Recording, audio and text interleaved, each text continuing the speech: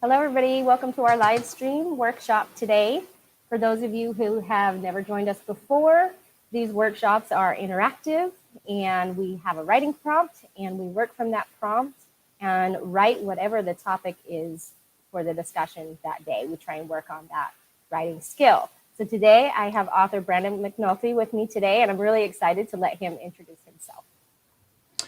Hi, everyone. I'm Brandon McNulty. I'm a writer. I'm the author of Bad Parts, which is behind me. And Bad Parts is a supernatural thriller. It's about a guitarist who gets her left hand busted up, and she makes a deal with an organ swapping demon to get a new one. And that causes all kinds of craziness in her hometown. So if you're into horror, small town horror, dark stuff, it's right up your alley.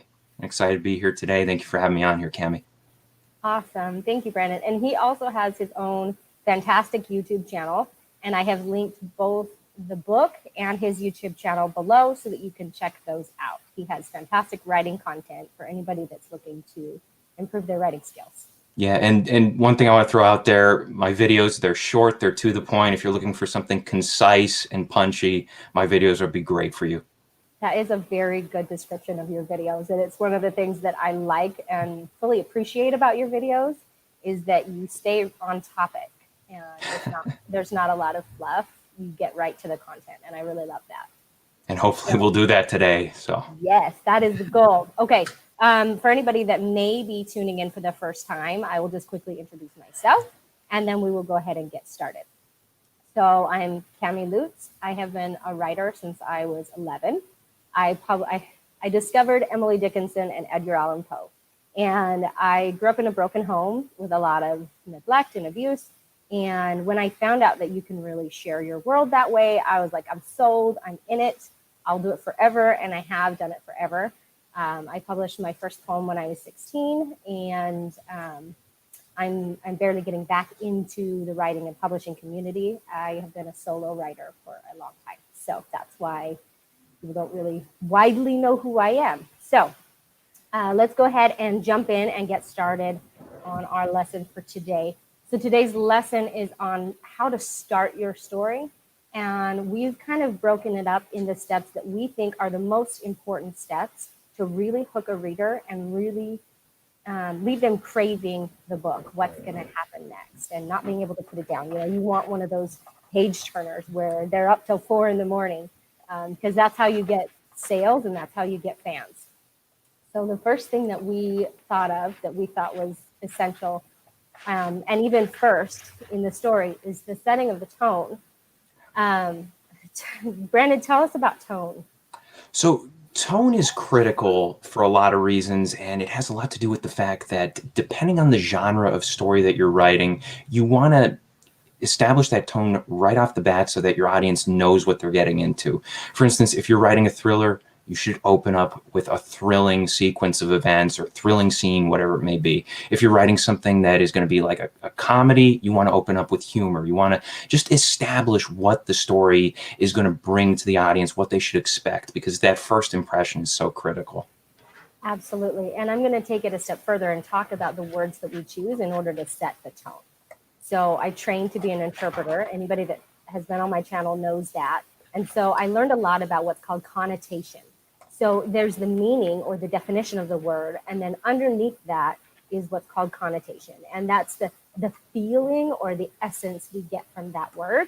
And so if you're going to write a horror story, you're going to want to choose words that make people feel nervous or make people feel unsettled in some way. Whereas if you're writing a romance, you're going to want to choose words that rather aren't unsettling, but that drive a romantic feel, that make people excited for what connection is about to be made. So connotations are all around us. There's a difference between used and repainted, refurbished, and two-toned. Two-toned is the same thing. You've repainted parts of something, but it has a better connotation.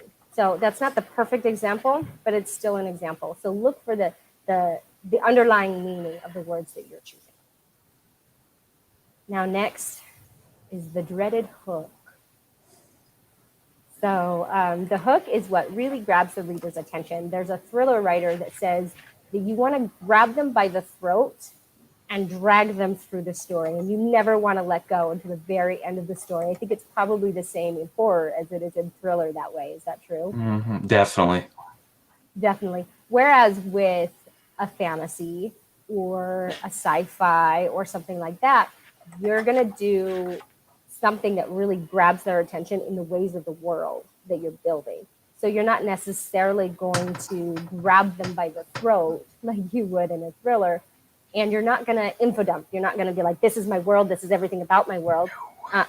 No, what you're going to do is you're going to give them a little piece of something, a little taste. Like if you have a piece of cheesecake, you're going to want more cheesecake if it's your favorite dessert, right? So if you like this style of dessert or this style of writing, you give them a little taste and they're going to want more. So it's something very intriguing that sets up your story, your world, and your characters.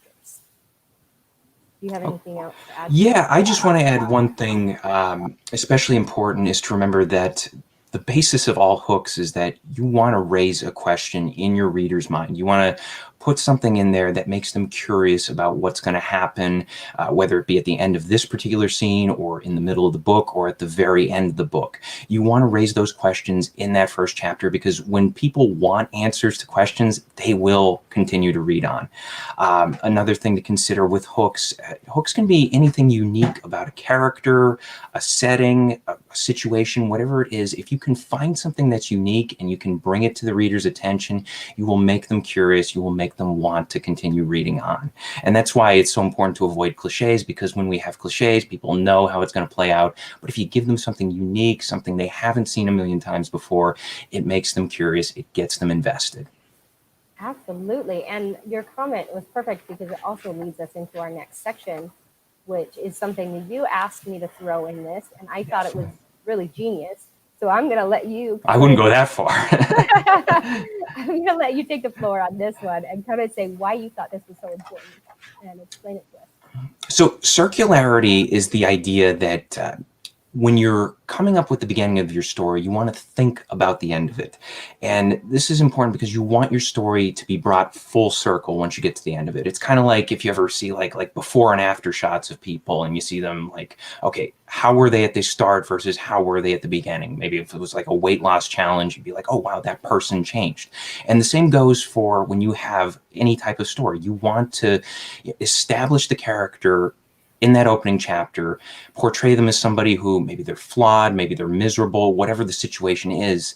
And then at the end of the story, we need to get an impression that they've changed. And one of the best ways to do this is to somehow get the reader to look back at that first chapter. And you can make them think about that first chapter in a lot of ways. You can bring up maybe like a certain setting where, you know, maybe at the very beginning of the story, they were in one place, like maybe they were in their living room and they were miserable. And now they're in their living room with a family and they're happy, or they're with friends or something. And there's a huge difference in their life, but that setting is still the same. And we have something to compare it to. That comparison is the key thing behind circularity, bringing the story full circle. And in a lot of stories, oftentimes you will have maybe a line that's repeated at the very beginning of the story. You might have like the opening line might, you know, it might mean one particular thing. It might mean doom for a character. And then at the end of the story, you'll see that line repeated, but it has a positive spin on it. And the important thing is you want your characters, or you want this idea of circularity to signal that your characters have changed. Absolutely. And as a reader, something that really will just drive me bonkers is when I feel like something is set up in the first page or the first chapter and is never tied in later. It never comes up again. They used it as a hook, but it was sort of a false hook. It gave me a false idea of where the story was headed. There's one book I can think of in particular. It was a fantasy book that I read, a very popular fantasy book. And the author talked about this creature, this fantasy creature in the forest. And I was like, oh, these people are really important, these characters. I just know they're going to come up later. And they were never a part of this story. And it's an epic series. It's not like a trilogy. It's got like 10, maybe more stories in this story. And those characters never came up again. And it bothered me. So make sure that you are using this concept of circularity, that the things that you mention in your book with your tone, things like that, you have to understand that they are setting a precedence for the story and that they are making a promise to your readers about what to expect. So make sure you make a promise that you intend to keep or you intend to hint later that you're going to break. Either way, you need to be intentional about what you put in there. And there's a famous saying that goes along with this. If in Act 1 you have a pistol hanging on the wall, then it must fire in the last act. Isn't this the perfect example of circularity? Definitely. Yeah, absolutely. And that goes back to the hook thing. When you're raising the questions, you need to give the answers somewhere along the line. So Chekhov's gun, obviously a great example of that. Absolutely. Okay, let's move on to this next section, which is character introduction. So how do you like to do character introductions? I think the most important thing with character introductions is you need to show them in their element. And usually this means that you're going to show them doing whatever work they do for a living. If you think about the start of Indiana Jones, we see him as an archaeologist doing his thing, going into the tomb, obtaining the treasure, escaping the booby traps, all those different things, establish him early on as a character who is resourceful, he's brave, he's all these different things. And I think if you're going to establish your character early on, you want to show either what they do for a living or what is most important to them. Like if you have a character who, they want to be a great father, show them being a father in that first scene or that first chapter of the book. If you want to show them, maybe they're a high schooler who's trying to make the football team, show them, working out on the field or something like that. But put them in a situation where we see them in their element. That is, I think, the most important thing when it comes to introducing a character. Absolutely. And I think that a lot of writers have a tendency to not know what's important or what isn't about a character. How much detail do they include? How much detail matters for their story? Essentially, what matters to the character is what matters to the story, is what should move the plot along. So you shouldn't be including their favorite breakfast unless they are a foodie or a chef, or unless food is scarce, like there's a drought or a famine of some sort, then food becomes important. So who they are as a character in the essence of the story, that's what matters. And then also what makes them different, what makes them special, what makes them sort of stand out on the page and feel real to you and to the readers. Because as a writer, we kind of have a blueprint in our mind. We have this idea of what everything looks like. And the trick is to get it out of our heads and onto a page in a way that other people see the same image. So our next section is the writing prompt. Okay, so I would love to hear from those of you watching if you are interested in creating this writing prompt with us. I mentioned on a lot of places where I threw this out that this is an interactive workshop. So I expect feedback if you feel comfortable. If you don't feel comfortable, don't feel pressure. But I have these story cubes here and I have a dry erase marker, and I would love to hear ideas from you guys about creating a prompt. So we're gonna start with a time. Like I'm gonna say yesterday. That's my favorite time to say in a writing prompt. Brandon, what's a time? Let's do 7:30 at night.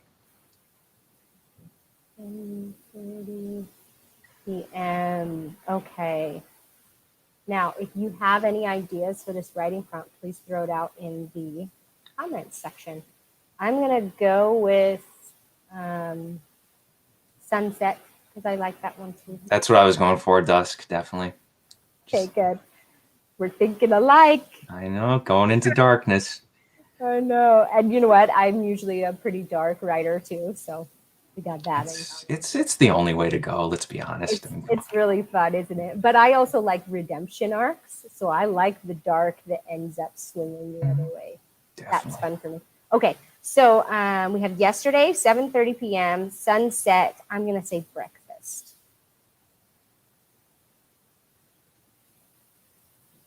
Brandon, do you have another one for me? What exactly? Time? Time. Mm-hmm. And you said breakfast. I said breakfast, yeah. Yeah, let's make it super early. How about 4 in the morning?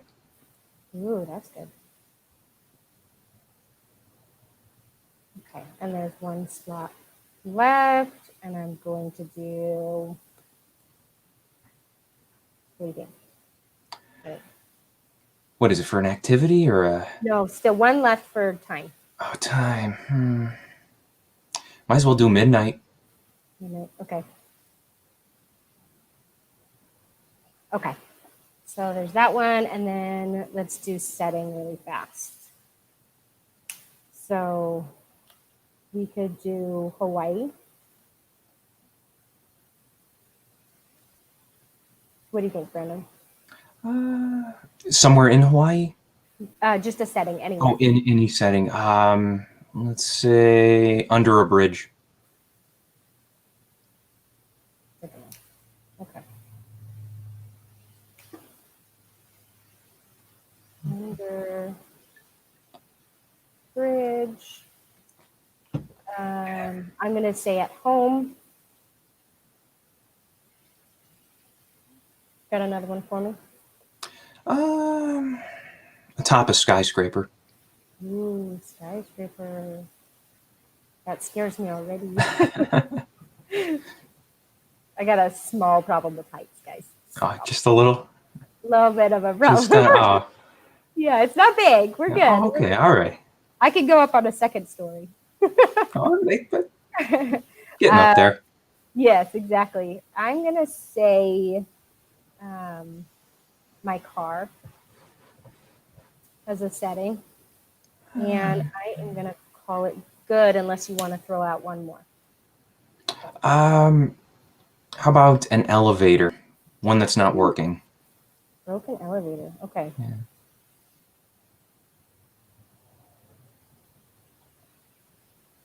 Okay.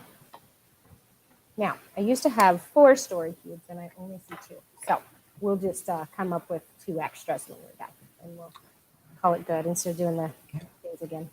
Okay. I have in my home and yesterday. In my home and yesterday. And so we have a time and we have a place. What else do we need, Brandon? Probably a situation. Okay. Character with a desire, a want. Something they would need.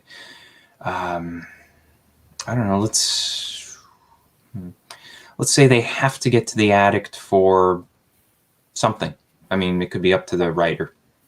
Yes. Have to get to the attic. Okay. So you can actually take this any which direction, and it's not genre specific.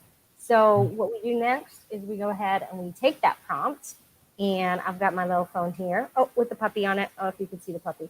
Oh, I can barely. Yeah, my phone has different pictures on it. Anyway, so we can spend about maybe 10 minutes doing a little bit of writing together, and then talk about how we set up that story.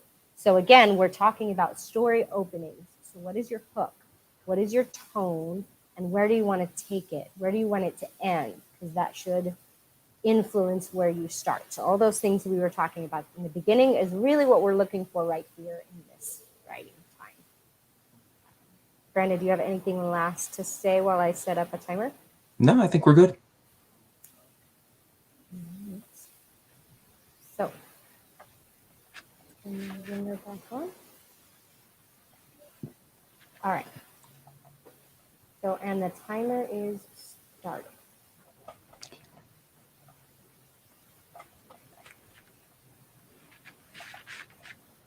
And we're participating in this, right? We're writing down. Please. Okay. Yes. Okay. All right. Yeah. Start your own story with the prompt. Yeah.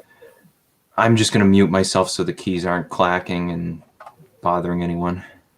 Okay. I will let you be considerate.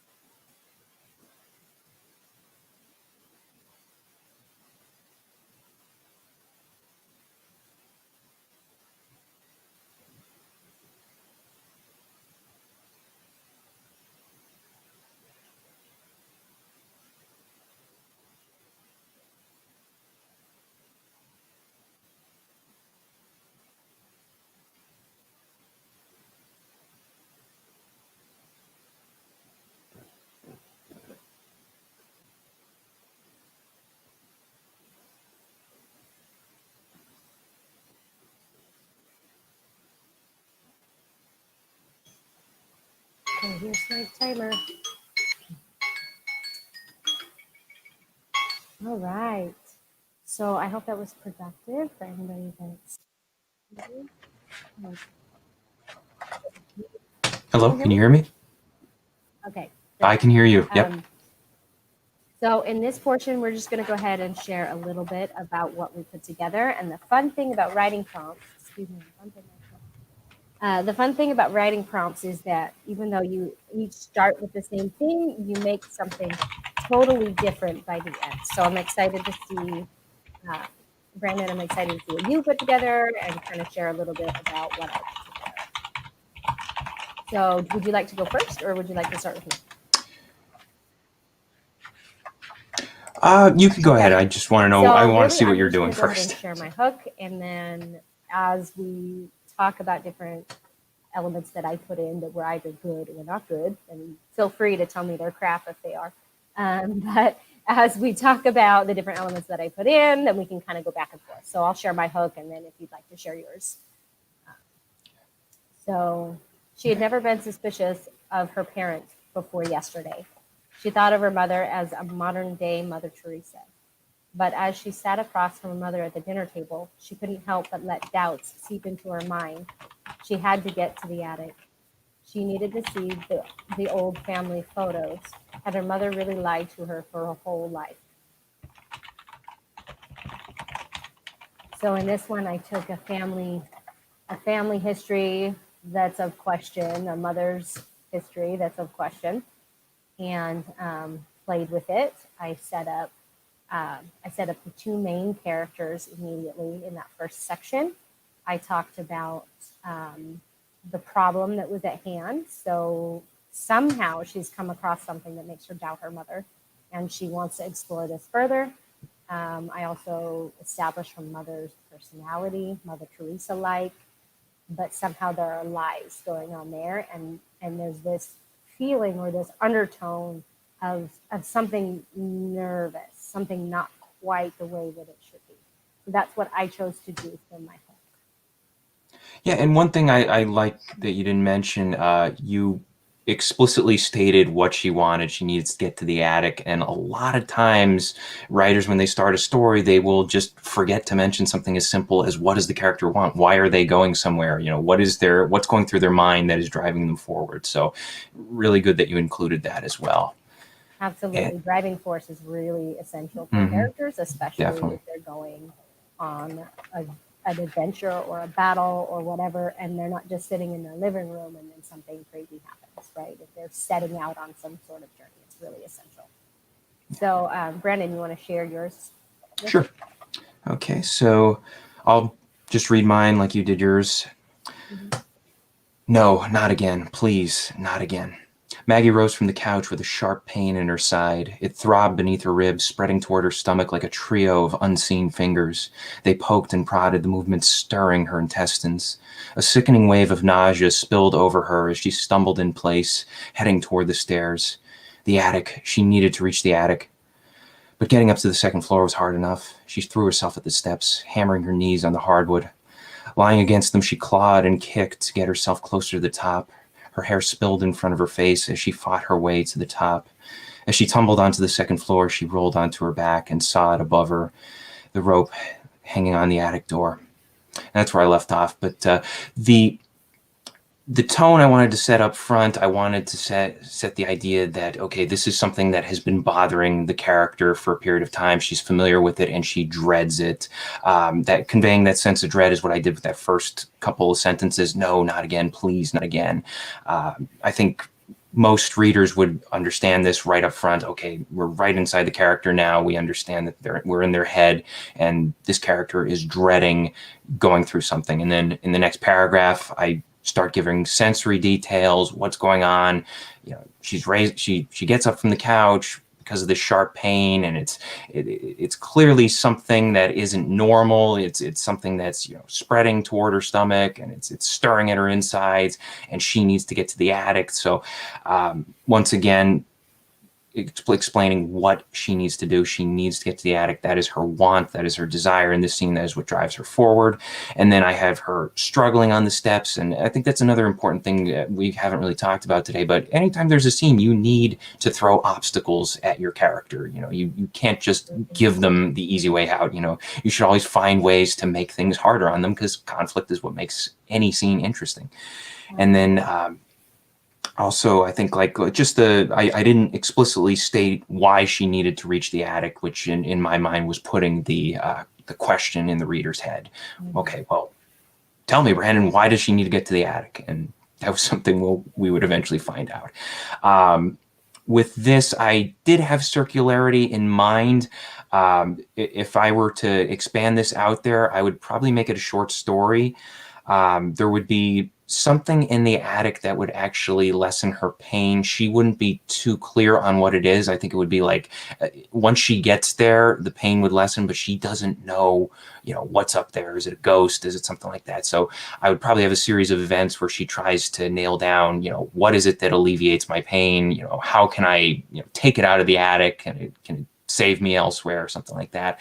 And with the idea of circularity, I would think about that opening line, that no, not again, please not again. And I would end the story in a dark way, and that would probably be my final line as well. Like maybe she would get to the point where she does solve the problem, but it arises in a new way or something like that. So and that would of course be like a darker story because of the, you know, no, not again. And, you know, then she solves the problem, but it still comes back. So I think that for me, like I deal with like anxiety and things like that. And it's something that it constantly, you know, even when I think I've overcome it, it comes back again. So it's something that I have to constantly keep on top of. So I think that's what subconsciously came out in this little piece I wrote. And then as far as establishing her character, I didn't really get a whole lot of time here. And since it was at home, I didn't really get to show her doing a job. I think really the way I established her was as someone who, you know, suffers through pain and tries to find a way to get over it, which I think is something that's pretty relatable. So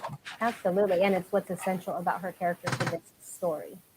So with mine, I chose to focus more on the dynamic between the family relationship. So you'll notice that even though Brendan and I both chose sort of a darker theme or a more thriller type theme, that mine is a much calmer atmosphere than his is. His, you're immediately gripped with like fear and anxiety for this girl. And whereas with mine, it's more of a curiosity, more of a, how bad is this? And what did she know? And so, and our questions were different. For Brennan, it was, what's in the attic? How does it fix her? Why does she have to get there? For me, I established why she has to get there because that wasn't the secret I was hiding. That wasn't the circularity I was working on. So with mine for circularity, I would agree with you. I would turn mine into a short story as well. And it would end with coming back to her family unit and how that secret, why that secret was withheld from her, and how it affects the family as a whole, and really have her see this situation differently in new eyes, whether it is because I haven't explored whether or not it's a negative thing, like her mother was running away from something. I think her mother claims a whole family history that doesn't exist, is really what I had in my mind. And so the pictures of grandparents and things that this woman grew up with are all doctored photos. And so mother is from who knows where. And so who knows what she did. And so she's got this whole past. And so they kind of, my thought was they would come through this on the end as a family, as a whole, because I love healthy relationships. If you are on my channel, know that most of us, or all of us, have healthy relationships. And I would say 90% of our relationships are healthy. So stop writing books where every single relationship in it is unhealthy. There are unhealthy aspects of all relationships, but we all have strong bonds, and that's what pulls us through hard times. So I would talk about how they come through it as a family, and they come to understand each other, whether it's they all join mom on her secret spy mission, or whether they discover that this is mom's secret, but it's okay with them, or whatever it is, whatever the dynamic is. it would be a short story, and I would explore it, and then I would revisit her. Because right after that moment, I actually mentioned that she catches her mom looking at her, and she quickly looks down at her plate, says thanks for the stew. So I would then have that moment where her and her mother make eye contact, and they're able to know that it's okay and that they love each other and that they can move forward. So that's what I wanted from my story, and it has a totally different tone than Brandon set up in his story. So I love that you stuck with your genre. I love that you stuck with sort of this horror, paranormal aspect of it. It was gripping. Oh my gosh! If you write that short story, I'm in. Let me know. Send me a link. Thank you. I appreciate that. Yeah, I definitely think it was gripping. Mine was my prose weren't as tight. I love your prose. That was fantastic. Thank you. Appreciate But again, that. mine was intended to be calmer. Yeah. So there was a little bit of that intent with it. So Yeah. notice that if you ever play it back, notice the words that we chose to describe things and how those elicit a feeling in you. And those are what I mean when I say connotation. Is very important. And one other thing, like whenever you're writing any type of story, don't compare it to other stories that are way outside, in terms of tone, genre, whatever it is. If you want to write a calm story, write a calm story. I mean, just because a lot of people out there enjoy, tight stories, thriller stories, whatever it is, there are plenty of audiences out there that would much rather cozy up to a book, sit there, get slowly introduced to a world and just get to know all the characters at a nice even pace, as opposed to like fast paced, let's get to what's going on here and everything like that. So whatever you write as a writer, don't worry about what other people are doing. That's something I learned early on. I always used to beat myself up and say, well, oh, my writing isn't gorgeous, it's not it's not one of the all-time greats, and it's not gonna end up being analyzed at Harvard or anything like that. No, you can't worry about that stuff. You gotta write what you feel is good writing, the best you can muster, and just roll with that. Accept that you write. What you write is going to be what you love, whether you realize it or not. What you enjoy is going to come out on paper, and just roll with that. Don't beat yourself up and say, well, oh, it has to be more exciting, or it has to be more flowery, or it has to be more polished, or whatever. No, just there will be an audience out there for you. Just trust in that. Yeah, I love that. And me doubting myself right there. You guys saw that, right? That's a perfect example of what writers go through. Creatives in general, we go through those moments of self-doubt. So please, just like Brandon said, believe in yourself. Yeah. I have a very specific style myself, as well as you. And anyway, so definitely believe in yourself. Don't be hard on yourself. But I did want to, unless you have something else to say. I just wanted to say, like with your story, and you're talking about like the relationships between the characters, and yours is much more sentimental than mine. There are so many times where I'm constantly wishing, like, oh, I wish my story could be more sentimental and a little more emotion, a little more character connection. So I mean, I feel bad too. Like, it's like, oh, I wish I could do more. So it's like you said, every writer feels that way. I even read a thing where Alan Moore, the guy who wrote Watchmen, V for Vendetta, a bunch of other comics, he's considered one of the best comic writers ever. He says, like, every time he sits down to write, he feels that way. He's like, I don't deserve to be here, but I mean, he's one of the best. So well, and that's one of the reasons. Yeah, that's one of the reasons I started these workshops, is because I feel like we can all sharpen our writing skills, and we can all do that by focusing on different aspects of writing. And I'm a huge proponent of flash fiction. I talk about it a lot on my channel, and I created a Facebook group for anybody who's interested for critiquing short stories and flash fictions, because I actually think that's the fastest way to grow as a writer, because you're able to focus on a specific part of writing for a short period of time, and then that transfers over to your larger writing. And so it's really fun to be like, I'm going to work on deep point of view right now for this short period of time. And then you're able to then look at your larger work and notice maybe where it wasn't to the standard that you have now set for yourself. And you're able to just raise that bar a little bit. So I think that flash fiction is really the fastest way to develop as a writer. Flash So fiction, yeah, flash fiction is also a great way to teach yourself how to pace out scenes, because usually flash fiction is going to be about what, like under 1,000 words. under 1,000, under 300, depending on which magazine, but Yeah, under 1,000. yeah, I've seen it at different lengths. But I had one of my writer friends. He used to tell me that he used to write a flash fiction story every day because it was something that taught him how to write any scene. And if you write 1,000 word scene, you know that it. One second. Oh yeah, but I mean, if you Keep write, going. oh, I will. But I mean, if you write 1,000 word scene and you do it every day, you will get into the habit of writing, scenes of that length, and you'll understand that okay, if it's 1,000 words, I can't put too much filler in there. I can't, stretch out too far. Otherwise, it's gonna, bore the reader. And I think a lot of people who don't write flash fiction make the mistake of thinking, well, okay, I'm gonna write a novel, and my chapters can be as long as I want, and no, it doesn't work like that. You need to make sure you're not self-indulging or anything like that. You need to just get the important details down, flesh them out, of course, but don't let anything overstay its welcome. And I think that's one of the great teaching points of flash fiction and what you can learn from it. Absolutely. And the reason that works is because it's like putting a magnifying glass on your work. And Mhm. so it really sort of highlights all of your strengths and weaknesses. And if you're reading it with a critique or an editing mindset, then you're able to really say, this is too wordy. Or if it's too long, you're like, I have to cut this out. Where is it too long? What sentence, where's the redundancy, or what sentence has too many words, or what isn't working the way that it is. And so it's really effective that way. And another thing, flash fiction encourages you to take risks because you're only doing something that's a few hundred words up to 1,000. And when you're only working with that many words, you feel free to just say, well, you know what? If I have a wacky idea, I'll try it. I'll see where it goes.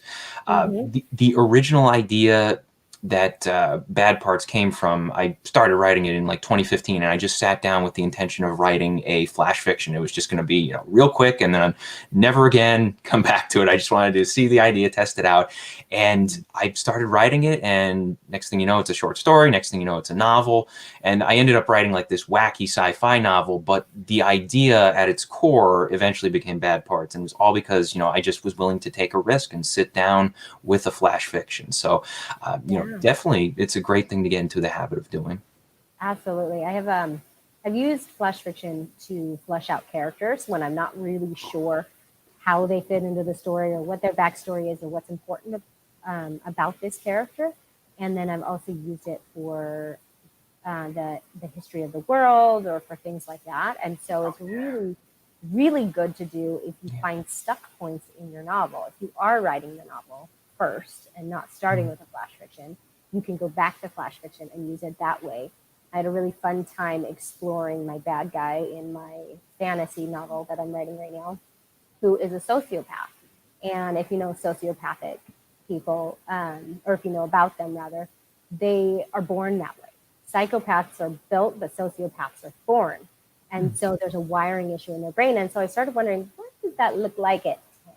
I wonder what that looks like at age 10. I'm excited. And I really let myself, like you said, take a chance on something. Yeah. And it ended up being something so enjoyable because I got to explore the whole criminology of how he grows into the person that he is. And so it was crazy fun. So definitely check out Brandon's channel. He has some fantastic writing content for you. Check out my Facebook group for critiquing flash fiction and short fiction. And then also check out all the links that we have for you below. Bad Parts is listed. And if it's anything like his writing prompt today, it's going to be fantastic. And I can definitely see why people love it so much. So Thank you. You're welcome. Any last minute comments that you have? No, I think we covered it. Productive hour or 45 minutes or whatever it was. So yeah, good stuff. Thanks for having me. Yeah, thanks for being on my channel. Thank you guys for joining us. We really appreciate it. We'll see you soon. Take care.